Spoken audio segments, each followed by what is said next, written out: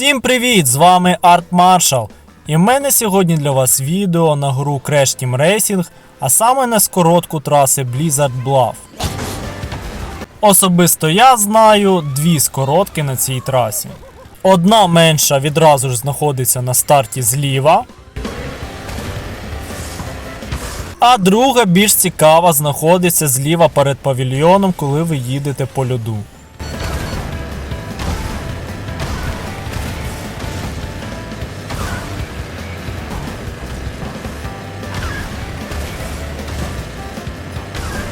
А ось це не скоротка. На цьому мій невеличкий гайд закінчується. А з вами був Арт Маршал. Всім удачі і приємних вечорів за грою.